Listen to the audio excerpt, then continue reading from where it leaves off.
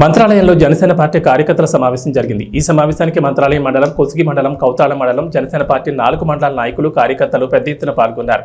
ఈ సందర్భంగా మాట్లాడుతూ జనసేన పార్టీ మండల నాయకులు, కార్యకర్తలు ఐకమత్యంతో, పట్టుదలతో, క్రమశిక్షణతో నడుచుకుని మంత్రాలయం నియోజకవర్గ పార్టీని మరింత బలోపేతం చేయాలని పిలుపునిచ్చారు.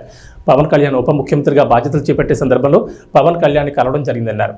పవన్ కళ్యాణ్కి ఉప ముఖ్యమంత్రి పదవి బాధ్యతలు చేపట్టిన సందర్భంలో ఆయనకు శుభాకాంక్షలు తెలిపి పవన్ కళ్యాణ్తో అపాయింట్మెంట్ కావాలని కోరడం కూడా జరిగిందన్నారు. ఆయన తొందరలో నాయకులను కలుస్తానని కూడా చెప్పడం జరిగిందన్నారు. మంత్రాలయం నియోజకవర్గం జనసేన పార్టీ ఇన్ఛార్జ్ వాల్మీకి లక్ష్మణ్ మాట్లాడుతూ ఎన్డీఏ కూటమి ప్రభుత్వం రాష్ట్రంలోనూ కేంద్రంలోనూ అధికారంలో ఉంది కనుక ఇక రాష్ట్రం అభివృద్ధి పదంలో పయనిస్తుందని, రాష్ట్రం స్వర్ణాంధ్రప్రదేశ్గా మారుస్తారని, అతి తొందరలో రాష్ట్రంలో పరిశ్రమలు స్థాపించి నిరుద్యోగ సమస్య తీరుతుందని, రాజధాని అమరావతిని అభివృద్ధి పరుస్తారని తెలిపారు. రాబోయే 2029 ఎన్నికల్లో జనసేన పార్టీని మరింత బలంగా పటిష్టపరిచి ఈసారి ఎక్కువ సీట్లు గెలిచి ప్రభుత్వం ఏర్పాటు చేయడానికి పవన్ కళ్యాణ్ కీలక పాత్ర పోషిస్తారని లక్ష్మణ్ తెలిపారు. మంత్రాలయం నియోజకవర్గం నుంచి ప్రతి గ్రామం నుంచి ఈరోజు జనసేన పార్టీ కార్యకర్తల ముఖ్య నాయకుల కార్యకర్తల సమావేశం జరిగింది. ముఖ్య నాయకులు కార్యకర్తలు కూడా పెద్ద ఎత్తున తరలి రావడం జరిగింది.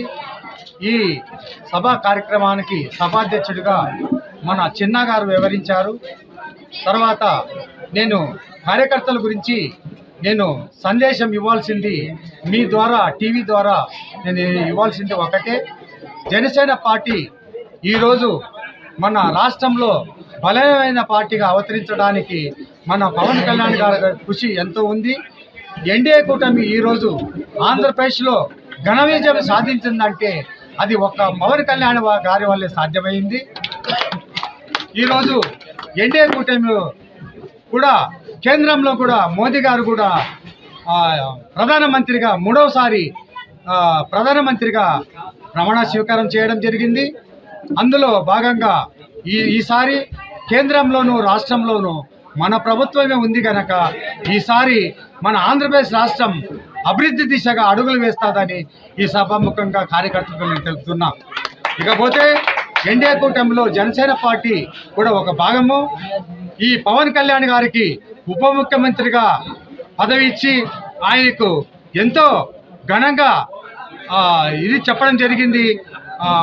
చంద్రబాబు నాయుడు గారు కూడా ఆయన్ని మెచ్చుకోవడం జరిగింది. మాకందరికి కూడా అది ఎంతో సంతోషదాయకం. ఈ సభాముఖంగా జనసేన పార్టీ నాయకులు మన పవన్ కళ్యాణ్ ఉప ముఖ్యమంత్రి పవన్ కళ్యాణ్ గారికి, మన మంత్రాలయం నియోజకవర్గన ఆయనకి మేము శుభాకాంక్షలు తెలుపుతున్నాం. మేము జనసేన కార్యకర్తలు ఎవరు కూడా ఆశ్చర్యపడాల్సిన అవసరం లేదు. తప్పకుండా మన ప్రభుత్వంలో ప్రతి కార్యకర్తకు, ప్రతి నాయకునికి మేము అందరికీ మంచి చేస్తాం. తప్పకుండా వాళ్ళకి జనసేన పార్టీ తరఫున అందరికి కూడా నేను అండగా ఉంటానని ఈ సభాముఖంగా నేను తెలుపుకుంటున్నా.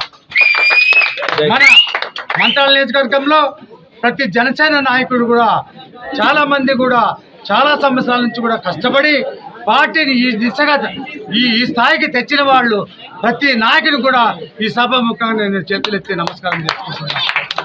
మీ అందరి కృషి, పట్టుదల ఉండాలని ఈ సభాముఖంగా నేను కోరుకుంటున్నాను.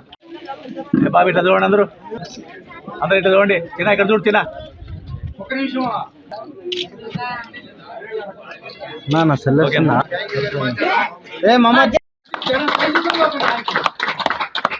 ప్రతి గ్రామం నుంచి వచ్చిన జన సైనికులందరూ కూడా నాయకులే. ఈ సభాముఖంగా నేను ఘంటాపథంగా చెప్తున్నాను, మీకు అండగా నేను ఉంటాను. మీరు ముందుకు దూసుకు వెళ్ళండి. మీకు ఏం ప్రాబ్లం వచ్చినా జనసేన పార్టీ ఉంటుంది, నేను ఉంటాను.